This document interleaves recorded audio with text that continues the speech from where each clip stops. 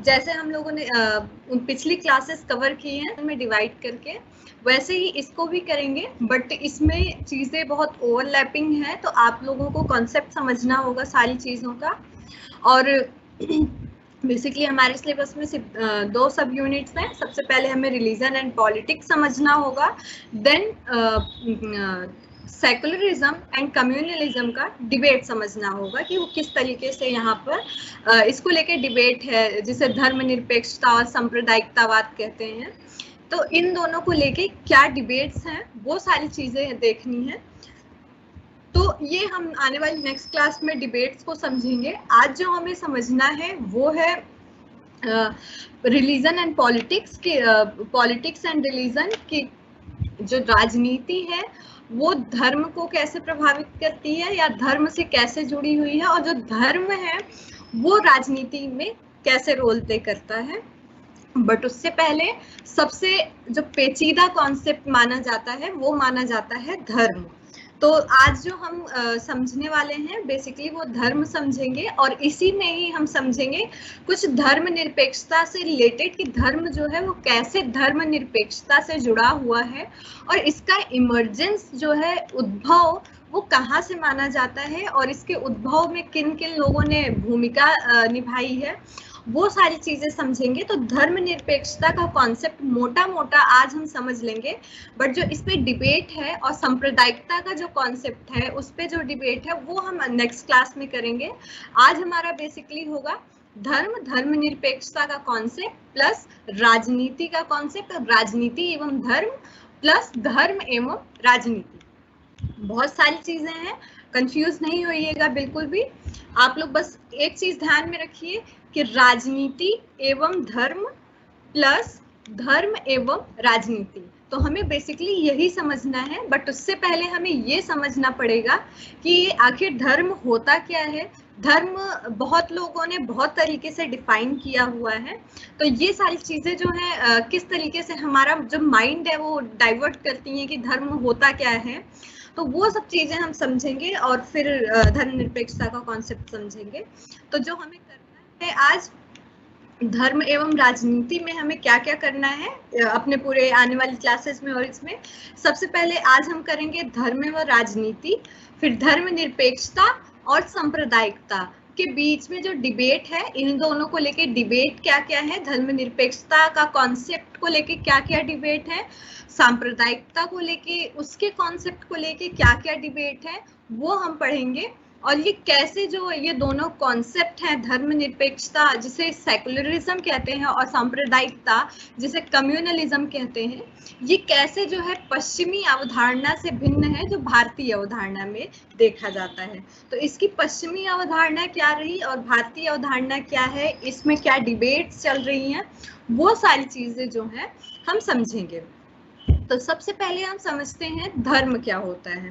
तो देखिए, धर्म की कोई निश्चित परिभाषा जो है वो आज तक नहीं बनी है कि धर्म होता क्या है। धर्म को लोगों ने अपने अपने तरीके से डिफाइन किया है। जितने भी प्रसिद्ध ऑथर्स, विचारक आए, उन्होंने अपने तरीके से उसे डिफाइन किया। किसी ने कहा कि रिलीजन जो है वो वे ऑफ लाइफ है, मतलब जीवन जीने का तरीका है। किसी ने इसे एकदम जीवन से जुड़ा हुआ मान लिया। किसी ने धर्म के बिना मतलब ऐसा मान लिया कि धर्म के बिना कुछ भी संभव नहीं है। तो मतलब इसका एक निश्चित परिभाषा जो होता है कि किसी कॉन्सेप्ट का एक अर्थ जो होता है वो कोई नहीं दे पाया कि बेसिकली धर्म क्या है। इसके एक ऑथर ने तो यहाँ तक कह दिया, एक विचारक थे, उन्होंने यहाँ तक कहा कि जो धर्म है वो जो है इसकी 10,000 परिभाषाएं हैं धर्म की। तो मतलब इसकी कोई एक निश्चित परिभाषा नहीं है, और इसके मतलब बड़े सारे अर्थ हैं। जो अर्थ मान ले रहा है उसी को ही धर्म के संदर्भ में अप्लाई कर रहा है। तो इसलिए हम देखते हैं कि धर्म की कोई निश्चित परिभाषा आज तक नहीं बनी है, क्योंकि धर्म अपने आप में ही एक कंफ्यूजन कॉन्सेप्ट था। ये बहुत पुराना कॉन्सेप्ट है, धर्म बहुत प्राचीन समय से ही चला आ रहा है। तो इसको लेके जो है विवाद हमेशा से रहे कि बेसिकली धर्म होता क्या है। तो जो मतलब इतनी सारी परिभाषाओं के बीच में हमें धर्म को समझना है। तो जो धर्म जो शब्द है, इसके विविध अर्थ होते हैं। तो अब हम 10,000 परिभाषाएं तो पढ़ने नहीं जाएंगे, तो इसलिए जो है मोटा मोटा इसमें मैंने जो कॉन्सेप्चुलाइज किया है वो 4 धर्म को उठाया कि धर्म होता क्या है, 4 कॉन्सेप्ट के थ्रू, मतलब हम 4 अर्थों के थ्रू धर्म को समझ सकते हैं। कई बार होता है कि धर्म को क्या क्या माना जाता है, उस संदर्भ में हम धर्म को समझेंगे। तो सबसे पहला जो धर्म का अर्थ है वो माना जाता है कि धर्म जो है वो स्वभाव है। स्वभाव मतलब नेचर, जिसे कहते हैं प्रकृति, स्वभाव, उसका नेचर क्या है। तो इस तरीके से जो धर्म है उसको स्वभाव माना जाता है। जैसे एग्जाम्पल देखिए कि जैसे सुना होगा आप लोगों ने, कहावत सुनी होगी कि अग्नि का तो स्वभाव ही जलाना है, मतलब अग्नि का धर्म ही जलाना है। हवा का धर्म ही है बुझाना।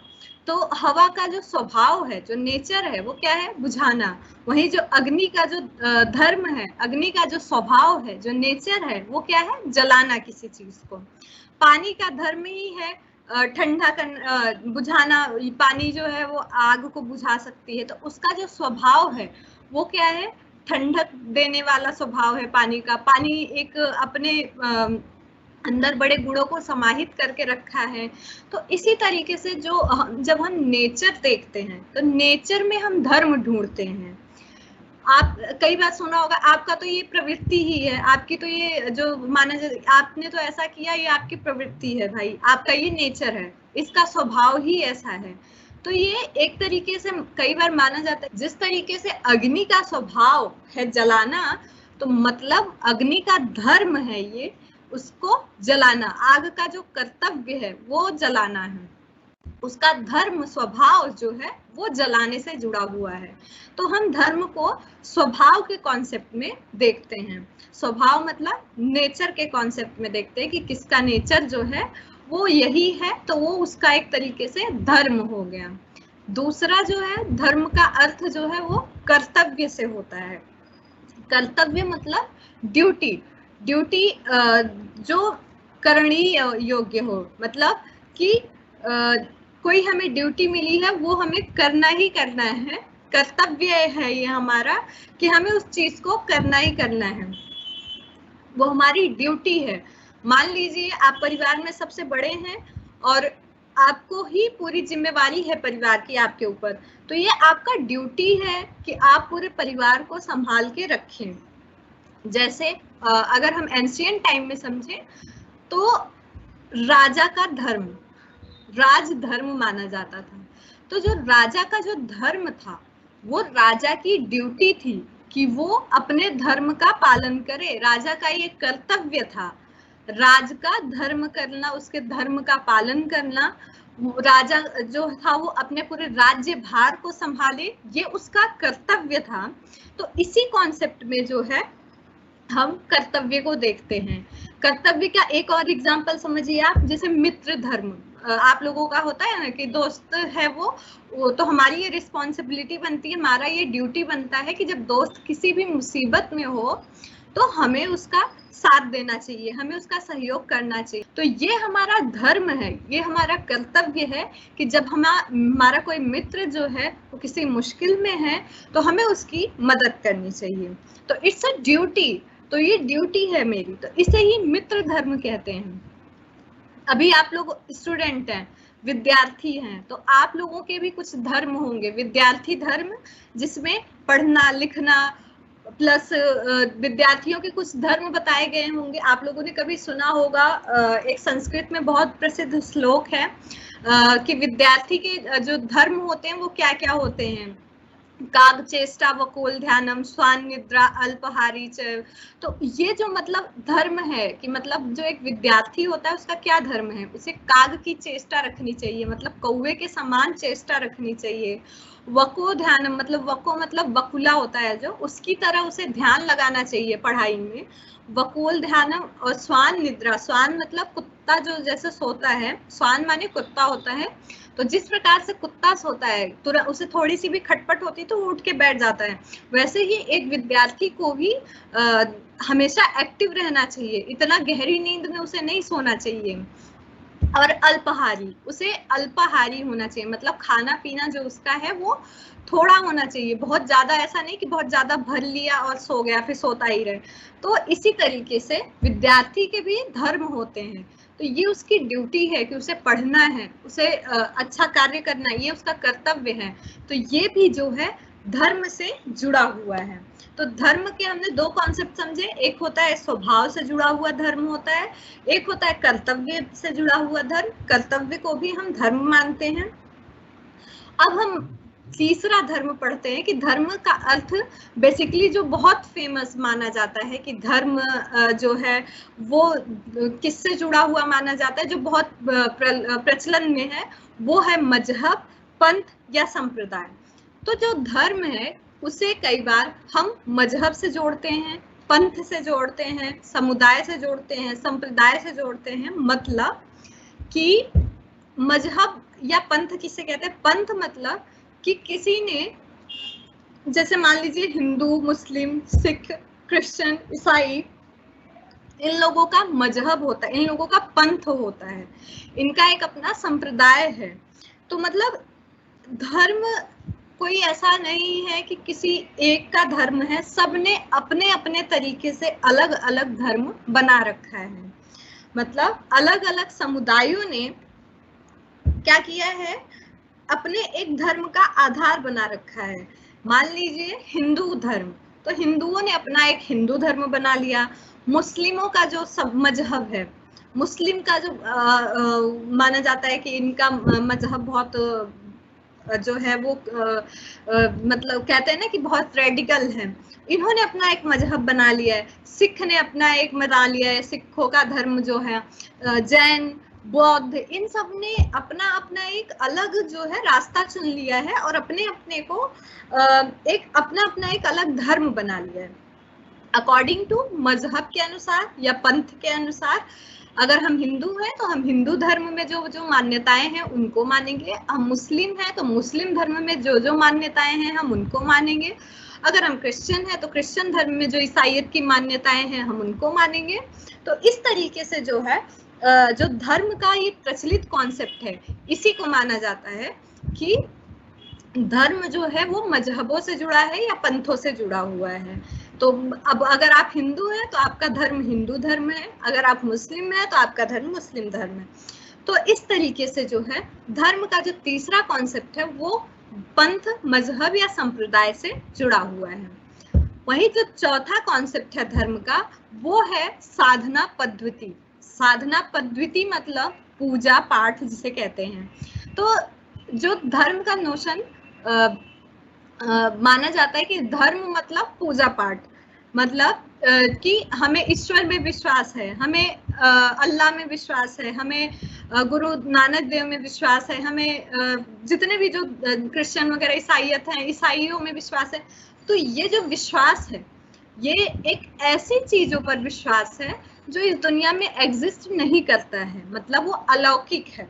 अलौकिक मतलब कि उसका कोई एग्जिस्टेंस नहीं है दुनिया में, बट हमारी जो मान्यता है, हमारा जो विश्वास है वो बना हुआ है उसको लेके। ईश्वर में विश्वास है तो वो हमारी अलौकिक मान्यता है कि हम मान रहे हैं कि ईश्वर होते हैं, जबकि दुनिया में ऐसा कोई प्रमाण नहीं है कि ईश्वर एग्जिस्ट करते हैं या फिर अल्लाह एग्जिस्ट करते हैं या फिर ईसाई क्या नाम से जो सिख समुदायों के हैं गुरु वगैरह जो मानते हैं वो एग्जिस्ट करते हैं। तो ये माना गया है कि मतलब जिनको हम मान रहे हैं, हम अपनी श्रद्धा से मान रहे हैं उन्हें, हम उनकी पूजा कर रहे हैं क्योंकि हमें विश्वास है ऐसा। बट जो है ये चीजें जो है अलौकिक हैं, इनका कोई लौकिक रूप जो है वो नहीं है। तो जो धर्म है इसे कई बार साधना पद्धति से जोड़ दिया जाता है। तो बेसिकली ये चार कॉन्सेप्ट हैं धर्म को समझने के लिए कि धर्म को हम स्वभाव से जोड़ते हैं, स्वभाव ही मतलब धर्म माना जाता है कि जिसकी प्रकृति जैसी हो, जिसका धर्म हो उसके अनुसार माना जाता है। कर्तव्य हमारी ड्यूटी है, ये हमारा धर्म है कि हम अपने कर्तव्य का निर्वहन करें। पंथ मजहब के अकॉर्डिंग लोगों ने अपने अपने धर्म बांट लिए हैं। और साधना पद्धति जो पूजा पाठ की पद्धति होती है, जो विश्वास है ईश्वर वगैरह में, वो साधना पद्धति से जुड़ा हुआ है। तो हमारे भारत में अगर देखें तो जब हम अब समझेंगे हम आगे के धर्म के नोशन को, तो धर्म जो धर्म निरपेक्षता का जो कॉन्सेप्ट आया, जिसे सेकुलरिज्म कहते हैं, सेकुलर मतलब पंथ निरपेक्षतावाद जिसे कहते हैं, तो वो जो कॉन्सेप्ट आया वो इंडिया में बेसिकली देखें तो मजहब और पंथ और संप्रदाय वाला जो नोशन है और जो साधना पद्धति वाला नोशन है, इनसे जुड़ा हुआ आया। जो ऊपर के ये दो हैं, स्वभाव और कर्तव्य, इनसे जुड़ा हुआ नहीं है ये। तो जो धर्म निरपेक्षता का कॉन्सेप्ट है उसको लेकर वाद विवाद बना हुआ है। कोई मानता है कि इंडिया जो धर्म निरपेक्षवाद है क्योंकि यहाँ पे सभी धर्मों को समान माना जाता है, सभी धर्मों का एग्जिस्टेंस है। और कई लोग इसका आर्गुमेंट देते हैं कि नहीं, यहाँ हिंदू धर्म ज्यादा वर्चस्वशाली माना जाता है, हिंदू का दबदबा है, इसलिए जो हिंदू धर्म है वो थोपता है हमारे ऊपर, जो छोटे मोटे धर्म हैं उनको दबाने की कोशिश करता है हिंदू धर्म। तो ये विवाद जो है वो चलता रहता है। तो इंडिया के कॉन्सेप्ट में ये जो पंथ, मजहब, संप्रदाय है, इन सबको लेकर धर्म निरपेक्षता के नोशन पर विवाद चलता रहता है। तो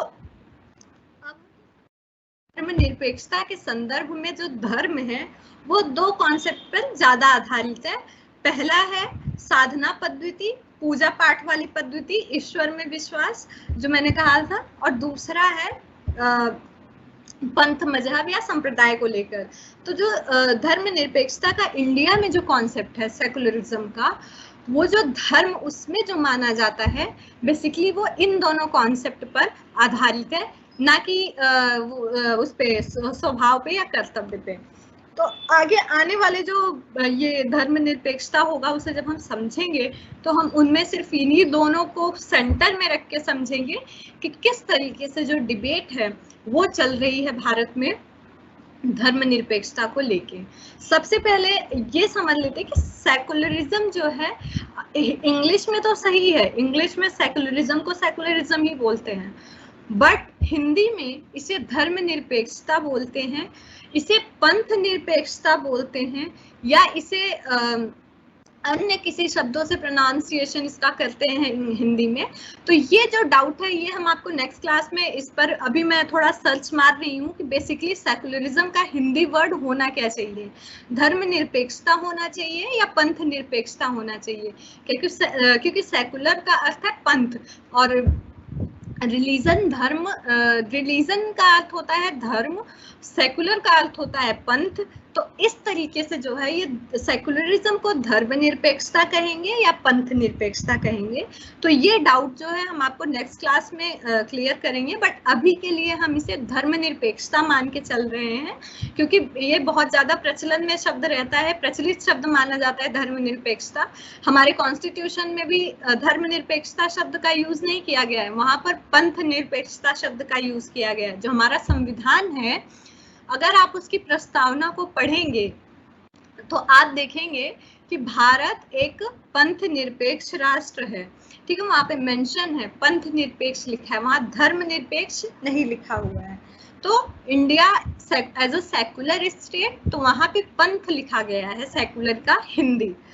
तो इसलिए जो है इस कंफ्यूजन को हम अभी मैं देख रही हूँ, इस पर मुझे टाइम नहीं मिल पाया इसलिए मैं ज़्यादा सर्च नहीं कर पाई, बट आने वाली क्लास में मैं आप लोगों को एक्सप्लेनेशन इसका अलग अलग मीनिंग जो होता है मैं वो बता दूंगी। अभी फिलहाल हम धर्म निरपेक्षता के कॉन्सेप्ट में समझेंगे कि किस तरीके से जो है ये विवाद चलता है। तो दो कॉन्सेप्ट में समझेंगे हम धर्म निरपेक्षता को, साधना पद्धति के कॉन्सेप्ट में और पंथ, मजहब या संप्रदाय के कॉन्सेप्ट में, जो भारत में ज्यादा फेमस है। बट उससे पहले हम जान लेते हैं कि धर्म निरपेक्षता की जो धारणा है उसका विकास कैसे हुआ और किसने किया, और फिर जो है ये कॉन्सेप्ट आया कैसे, तो ये समझ लेते हैं सबसे पहले हम। धर्मनिरपेक्षता की धारणा का विकास देखें हम तो इसकी जो शुरुआत मानी जाती है वो 19th सेंचुरी मानी जाती है। 19वीं शताब्दी में जो है धर्मनिरपेक्षता के कॉन्सेप्ट का विकास हुआ, परंतु उससे पहले क्या क्या प्रोसेस, क्या क्या इसका इतिहास रहा, वो हमें जानना जरूरी है। तो सबसे पहले हम अंधकार युग से शुरू करते हैं।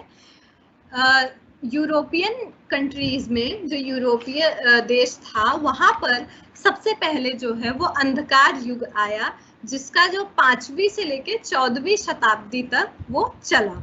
उसे अंधकार युग कहा गया। अंधकार युग जैसे नाम से ही पता चल रहा है कि अंधकार रहा होगा वहां पर, कोई वहां किसी चीज का विकास नहीं हुआ होगा। जिस तरीके से अभी मॉडर्नाइजेशन है पूरे देश में, पूरे वर्ल्ड में, उस तरीके का वहां कोई कॉन्सेप्ट नहीं रहा होगा, इसे अंधकार युग कहा गया होगा। तो हम देखते हैं कि जो ये 5वीं से 14वीं शताब्दी का युग था, जिसे अंधकार युग का नाम दिया गया, इस समय जो है यूरोप की जो कंट्री थी, यूरोपीय जो देश थे, वहां की व्यवस्था में किसी भी प्रकार का कोई परिवर्तन या कोई विकास नहीं हुआ था। मतलब 5वीं से लेकर 14वीं शताब्दी तक यूरोपियन देशों में हमने देखा कि कोई भी विकास नहीं हुआ, ना ही वहां पर कोई अर्थव्यवस्था विकसित हुई, ना ही वहां तकनीकी का विकास हुआ, ना ही वहां कोई दार्शनिक ऐसा उत्पन्न हुआ, ना ही कोई विचारक उत्पन्न हुआ, ना किसी ज्ञान में वृद्धि हुई, ना विज्ञान में वृद्धि हुई, ना कोई समाज वहां का बढ़ा, ना साहित्यों में लिखावटी शुरू हुई, कुछ नहीं था। मतलब एक तरीके से नील बटा सन्नाटा, लोग जैसे जी रहे थे वैसे ही जीते चले आ रहे थे, कोई किसी भी प्रकार का कोई जो है विकास नहीं करना चाह रहा था। तो जो है इसलिए इसे अंधकार युग कहा गया। अब हम इस सालों में देखते हैं कि जो 5वीं से जो 14वीं की शताब्दी रही, इन सालों में किसी चीज का विकास नहीं हुआ, बट जो धर्म था, वहां का धर्म जो है, इस 1000 साल में वहां का चर्च जो था, यूरोपियन चर्च था, उसका प्रभुत्व इतना ज्यादा हो गया, इतना रिग्रेसिव प्रभुत्व हो गया कि इसके कारण जो है वहां पर कोई विकास हो ही नहीं सका, कोई विकास का संभावना ही नहीं रही वहां पर। मतलब चर्च इतना प्रभुत्वशाली हो गया कि उसने जो है यह ठान लिया कि कोई विकास यहाँ संभव नहीं है। जो चर्च की धारणा थी, जो चर्च में जो चर्च था वहां का, यूरोप का, वो इतना ज्यादा शक्तिशाली था कि वो अपने अकॉर्डिंग काम कराता था सारे, और वो सिर्फ और सिर्फ जो है वो ये मानता था कि इस लोक में हमारा कुछ नहीं है। मतलब जो ये लोक है, ये संसार है, इसमें हमारा कुछ नहीं है, हमारा सब कुछ परलोक में है। मतलब ऊपर वाला जो लोक, जैसे परलोक कहते हैं, परलोक गए और ये सब, तो ये चर्च जो था वो कहता है इह लोक में हमारा कुछ नहीं है, यहाँ के लोक में हमारा कुछ नहीं है, हमारा सारा सब कुछ परलोक में है। तो हमारा सारा ध्यान जो होना चाहिए वो मोक्ष की प्राप्ति में होना चाहिए, परलोक जाने में होना चाहिए, ना कि यहाँ का विकास करना चाहिए। तो इतना ज्यादा रिग्रेसिव धर्म था यहाँ का, यूरोप का, कि यहाँ इस समय कोई विकास संभव ही नहीं हो सका, कोई विकास ही नहीं हुआ इस समय। सब लोग बस परलोक पर ध्यान देते थे, जो ये वाला लोक था, जो ये संसार था, उस पर इन लोगों का कोई ध्यान नहीं था। तो इस तरीके से जो है अंधकार युग देखा गया यहाँ पर। फिर यहाँ पर जो है पुनर्जागरण का युग आया यूरोप में 14वीं शताब्दी के बाद। 5वीं से 14वीं शताब्दी तक अंधकार युग चला, उसके बाद पुनर्जागरण का युग आया, जो 14वीं से 19वीं शताब्दी तक चला। अब पुनर्जागरण, जिसे रेनेसां कहते हैं, पुनर्जागरण जब आया, जब ये 14वीं शताब्दी का युग आया, तब वो यूरोपियन के लोगों ने ध्यान दिया कि यार इन लोगों को कुछ कुछ लिटरेचर मिलनी शुरू हुई, साहित्य, जो प्लेटो ने लिखी थी एक टाइम पे, जो अरस्तु ने लिखा था बहुत पहले, तो इन लोगों को वो लिटरेचर्स मिलने शुरू हुए और इन लोगों ने पढ़ना शुरू किया। तब इन लोगों ने सोचा कि हम तो बहुत बैकवर्ड जा रहे हैं, हम तो पिछड़ते जा रहे हैं, हमारे यहाँ के लोगों ने इतना अच्छा मतलब लिटरेचर लिख दिया। अरस्तु का लिटरेचर बहुत जाना माना है, जो अरस्तु ने जो लिखा था, तो उन्होंने उसको जब पढ़ा तो वो पूरा साइंटिफिकली एक तो लिखा गया लिटरेचर था अरस्तु के द्वारा। अरस्तु ने विज्ञान पर बहुत अधिक बल दिया था। तो उन्होंने ऐसी ऐसी बातें लिखी जो लोगों ने जब पढ़ा तो उनमें एक तरीके से जागृति आई कि हम तो बहुत एडवांस्ड हैं और हम इतना पिछड़ कैसे रहे हैं, एकदम हम ब्लैक एज में आ गए, हम तो अंधकार युग में आ गए, हमें तो आगे विकास करना चाहिए था। तो इन लोगों को झटका लगा उस समय 14वीं शताब्दी के बाद, जब इन्होंने प्लेटो, अरस्तु, सैक्रोट वगैरह की जब पुस्तकें पढ़नी शुरू की तो इन लोगों को लगा कि हम तो बहुत पिछड़े उसमें जा रहे हैं, हम तो ब्लैक एज में जा रहे हैं, हमें तो आगे बढ़ना है। तब इन्होंने क्या किया, वहां के लोगों ने धर्म को चुनौती देना शुरू किया, कहा हमें विज्ञान पर बल देना है, ना कि हमें धर्म पर बल देना है। तो यहाँ हैं कि 19वीं शताब्दी तक आते आते बहुत से ऐसे जो है विचारक उत्पन्न हुए यूरोपियन कंट्रीज में, जिन्होंने क्या किया, धर्म को चुनौती दी और विज्ञान को जो है बढ़ावा दिया। तो उसमें जो है 14वीं शताब्दी के बाद से हम देखते हैं 16वीं, 17वीं, 18वीं और 19वीं, इन चारों शताब्दी में ऐसे अनेक विचारक हुए जिन्होंने क्या किया, विज्ञान पर बल दिया। जैसे 16वीं शताब्दी में कॉपरनिकस जो थे, ये एक मतलब इनको इसलिए हायर किया गया, मतलब इन्हें एक तरीके से रिसर्च का काम दिया गया कॉपरनिकस को, कि आप सर्च करिए, रिसर्च करिए, शोध करिए और पता लगाइए कि जो हमारा धर्म है वो वास्तव में जो हम मान रहे हैं वो है क्या, इसमें वो सारी खूबियां हैं जिसे हम धर्म को ही सब कुछ मानकर चल रहे हैं, तो क्या वास्तव में वो सारी चीजें इसमें विद्यमान है जिसे हम मान के चल रहे हैं। तो कॉपरनिकस ने जो है शोध करना शुरू किया 16वीं शताब्दी में, और इन्होंने पाया कि धर्म जीवन जीने का तरीका तो हो सकता है, परंतु लोगों का सब कुछ नहीं हो सकता। हमें अगर अपना विकास करना है तो हमें जो है डेवलपमेंट करना होगा, हमें साइंटिफिक पर जोर देना होगा। कॉपरनिकस ने इस प्रकार से 16वीं शताब्दी में शोध किया। उसके हालांकि इसके लिए कॉपरनिकस को सजा भी दे दी गई थी, क्योंकि कहा गया कि कॉपरनिकस जो है ये झूठ बोल रहे हैं, धर्म ही सब कुछ है, यहाँ पर कोई साइंटिफिक चीज नहीं है। तो इन्हें सजा दे दी गई वहां के चर्च के द्वारा, यूरोपियन चर्च के द्वारा। तो बाद में हालांकि जो है धीरे धीरे जब विकास हुआ तो फिर 17वीं शताब्दी में न्यूटन का नाम आप लोगों ने सुना ही होगा, न्यूटन आए, गैलीलियो आए, जॉन लॉक, हॉब्स, ये सब आए। इन्होंने जो है वैज्ञानिकता पर जोर देना शुरू किया और धर्म को क्रिटिसाइज करना शुरू किया। उसके बाद 18वीं शताब्दी में डेविड ह्यूम आए, इमैनुअल कांट जो है वो आए। ये दोनों जो है वो संदेहवादी ऑथर, विचारक थे, मतलब हर चीजों पर संदेह करते थे। तो इन्होंने धर्म पर भी संदेह किया कि धर्म जो है क्या वास्तव में एकदम से मनुष्य का धर्म जो जुड़ा हुआ है, जिस तरीके से मनुष्य पूरा चर्च सर्वोपरि है, तो क्या ऐसा है। तो इन लोगों ने उस पर संदेह करना शुरू किया और फिर जो है बाद में धर्म को क्रिटिसाइज करना शुरू किया और वैज्ञानिकता पर, साइंटिफिक पर जोर देना शुरू किया। इसके बाद 19वीं शताब्दी में जो है जाने माने विचारक डार्विन आए और कांटे आए, कार्ल मार्क्स आए और ऑस्टिन आए। तो ऐसे अनेक विचारक आए जिन्होंने क्या किया, धर्म को बहुत ज्यादा क्रिटिसाइज किया। लाइक जैसे कार्ल मार्क्स ने क्या कहा धर्म के बारे में, इन्होंने कहा कि धर्म जो है एक अफीम के समान है। अफीम मतलब जो नशा होता है ना, वो। तो इन्होंने कहा धर्म एक अफीम के समान है जो क्या कर सकता है, सर्वनाश कर सकता है, पूरे वर्ग का सर्वनाश कर सकता है। जो धर्म के पचेड़े में पड़ गया उसका सर्वनाश निश्चित है, ये क्योंकि एक नशे के समान है।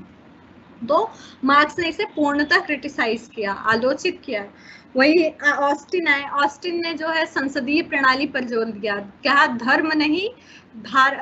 धर्म नहीं विश्व को एक ऐसे पार्लियामेंट की आवश्यकता है जो चला सके विश्व को, जो विश्व का भला सोच सके, धर्म की आवश्यकता नहीं है इसके लिए।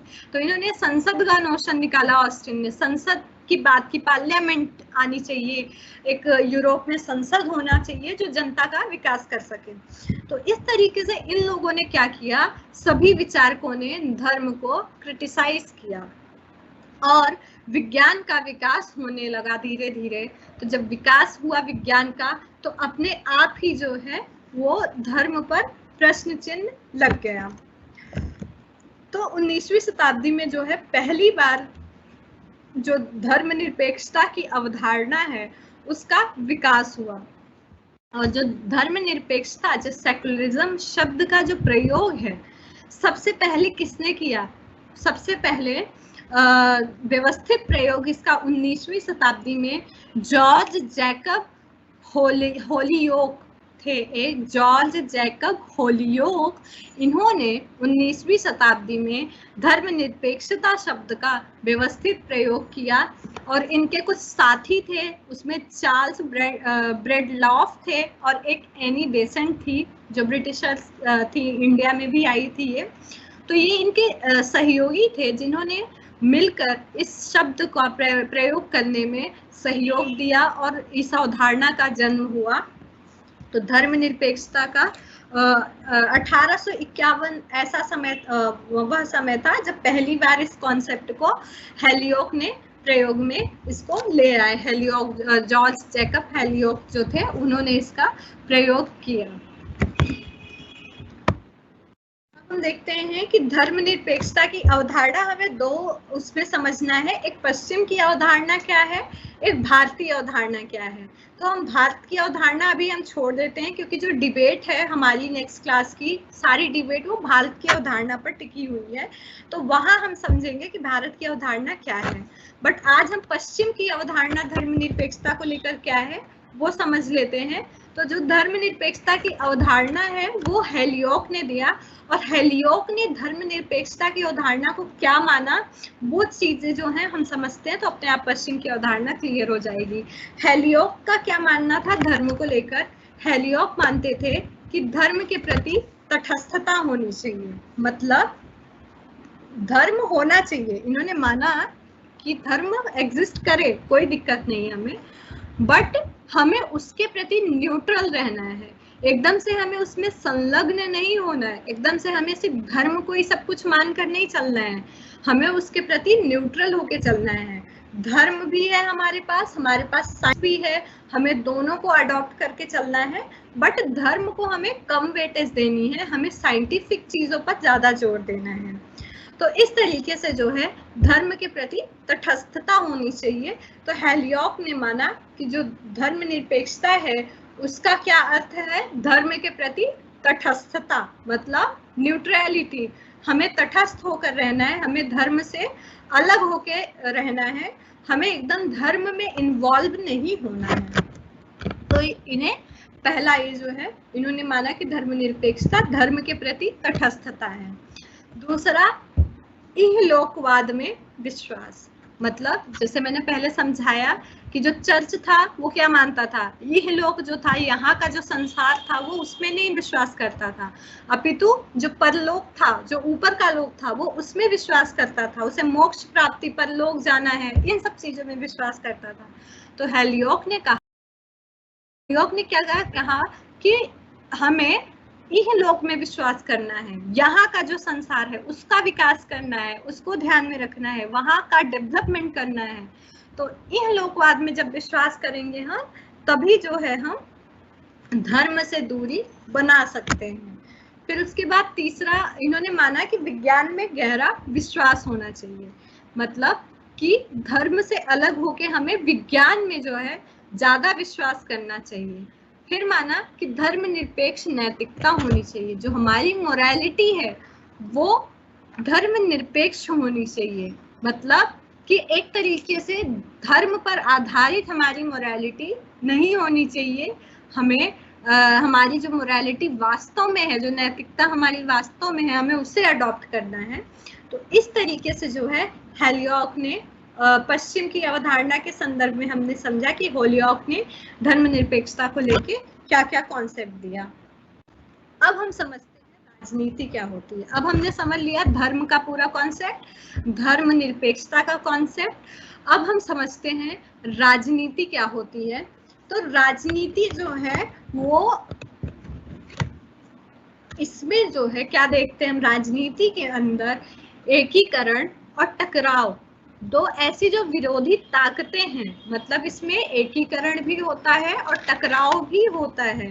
तो ये जो दो विरोधी ताकतें हैं, दिखने वाली जो शक्तियां हैं, जिनसे राजनीतिक प्रक्रिया बनती है, मतलब एकीकरण और टकराव, इन दोनों को मिलाकर जो है एक राजनीतिक प्रक्रिया बनती है, एक राजनीति का विकास होता है। तो हम देखते हैं कि राजनीति के अंतर्गत इंटीग्रेशन है, एकीकरण जिसे कहते हैं, और टकराव, संघर्ष जिसे कहते हैं, वो भी यहाँ पर विद्यमान है। तो एक राजनीति में ये जो दो विरोधी ताकतें हैं, एकीकरण की और टकराव की, ये दोनों आपस में अलग हैं। तो ये दोनों ताकतें जब मिलती हैं तो राजनीतिक प्रक्रिया का निर्माण होता है। राजनीति क्या है? राजनीति एक सामाजिक संस्था है, मतलब एक सोशल इंस्टीट्यूशन है, एक सामाजिक संस्था है जिसमें समाज में सत्ता का संगठन निहित होता है। तो राजनीति मोटे तौर पे समझे तो ये शक्ति से जुड़ा हुआ है, दूसरा सत्ता से जुड़ा हुआ है, तीसरा संघर्ष से जुड़ा हुआ है। तो शक्ति, सत्ता, संघर्ष, इन तीनों कॉन्सेप्ट से मिलकर राजनीति का निर्माण होता है। ठीक है, और आपसे कोई पूछे कि राजनीति होता क्या है, तो आप बेसिकली 3 सा याद रखिए, शक्ति, सत्ता, संघर्ष। इन तीनों के लिए जो राजनीति की जाती है वही राजनीति होती है। राजनीति में शक्ति भी होती है, इसमें सत्ता भी होती है और संघर्ष भी होता है। तो इसे जो है राजनीति कहते हैं। वर्तमान में हम देखें तो राजनीति जो अपना अथॉरिटी है, प्राधिकरण जिसे कहते हैं, वो समाज के व्यापक वर्ग से उसे प्राप्त होता है अथॉरिटी। मतलब जो समाज में विभिन्न वर्ग विद्यमान है, क्लासेस जो हैं समाज में, वो क्या करते हैं, राजनीति को अपना अथॉरिटी देते हैं। मतलब अपने जो शासक बनता है उसके थ्रू जो है अथॉरिटी मिलती है राजनीति को। फिर धर्म जो है सामुदायिक जीवन का एक पक्ष है, इसलिए राजनीति को भी ये प्रभावित करता है। तो राजनीति जो है वो क्या है, राजनीति अपना जो अथॉरिटी है वो कहाँ से ले रही है, वो व्यापक वर्ग से ले रही है, हमारे कम्युनिटी से ले रही है ना, उसको सत्ता प्राप्ति हम ही दिलवा रहे हैं ना, जनता के थ्रू हो जाती है। तो जब जनता जो है, जो समुदाय है, उसका जो धर्म है, वो भी जो धार्मिक पक्ष है उस समुदाय का, वो भी राजनीति को प्रभावित करता है। तो ये राजनीति थी। अब हम समझते हैं राजनीति में धर्म। राजनीति में धर्म किस तरीके से कार्य करती है और किस तरीके से जो राजनीति में धर्म का कारक क्या क्या है, वो चीजें हम समझ लेते हैं। तो धर्म एवं राजनीति का संबंध हम देखें, धर्म एवं राजनीति के संबंध को अगर हम देखें तो ये अनेक कारकों पर निर्भर करता है। मतलब इसके विभिन्न फैक्टर्स हैं जिस पर ये निर्भर करते हैं, इन दोनों के संबंध, राजनीति के और धर्म के। तो जो पहला कारक है वो है समाज की एक रूपता या अनेक रूपता। मतलब समाज कैसा है, एक रूपीय समाज है या अनेक रूपीय समाज है। एक रूपी समाज मतलब जहां सिर्फ एक ही धर्म है और अन्य कोई धर्म है ही नहीं। और अनेक रूपीय समाज वो है जहां पर बहुलवाद समाज जिसे कहते हैं ना, जिसमें अनेक रूप हैं धर्म के, विभिन्न धर्म वहां पर विद्यमान है। तो इस तरीके से जो है समाज पर निर्भर करता है कि वो एक रूपीय समाज है या बहुरूपीय समाज है। आप हमें थोड़ा 5 मिनट का टाइम दीजिए।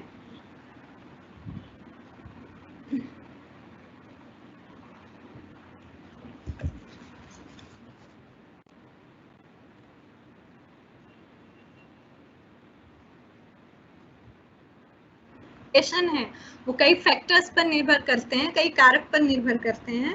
तो जो पहला कारक है वो समाज की एक रूपता या अनेक रूपता। मतलब ये देखा जाता है कि जो समाज है वो क्या एक रूपीय समाज है या बहुरूपीय समाज है। मतलब क्या उसमें एक ही धर्म है या फिर बड़े सारे धर्म, जाति, भाषा, इन सब पर आधार पर डिवीजन है।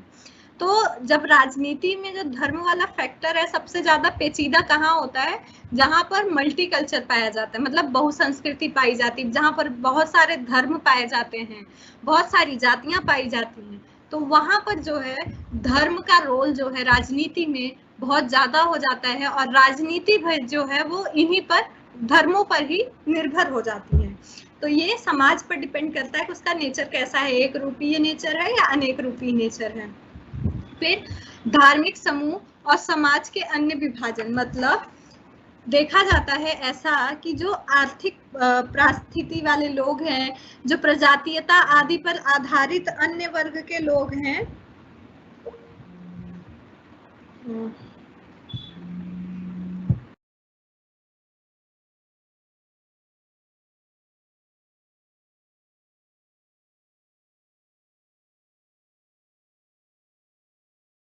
इम्पोर्टेंट कॉल है, जो प्रजातीयता आधारित पर अन्य जो ग्रुप हैं, जो वर्ग हैं, उनके साथ जो धार्मिक समूह होते हैं, जो धार्मिक वर्ग के जो समूह होते हैं, जो लोग होते हैं, वो कैसे सामंजस्य बिठाते हैं, वो भी बड़ा इम्पैक्ट करता है, राजनीति और धर्म को प्रभावित करता है।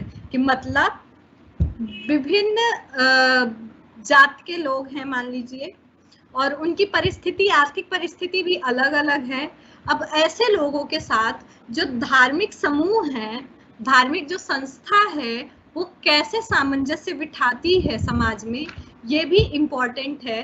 तो ये जो है, ये फैक्टर भी राजनीति को प्रभावित करता है, और फिर राजनीति जो है इस फैक्टर पर बहुत ज्यादा डिपेंडेंट होती है।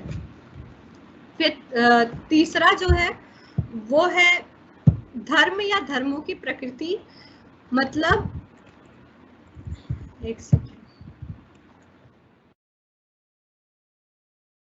धर्म या धर्म की क्या प्रकृति है, समाज में कैसा धर्म है, वहां पर उसकी प्रकृति जो है वो राजनीति के प्रति उसका क्या रवैया है धर्म का, ये सारी चीजें जो हैं ये बहुत ज्यादा प्रभावित करती हैं राजनीति को।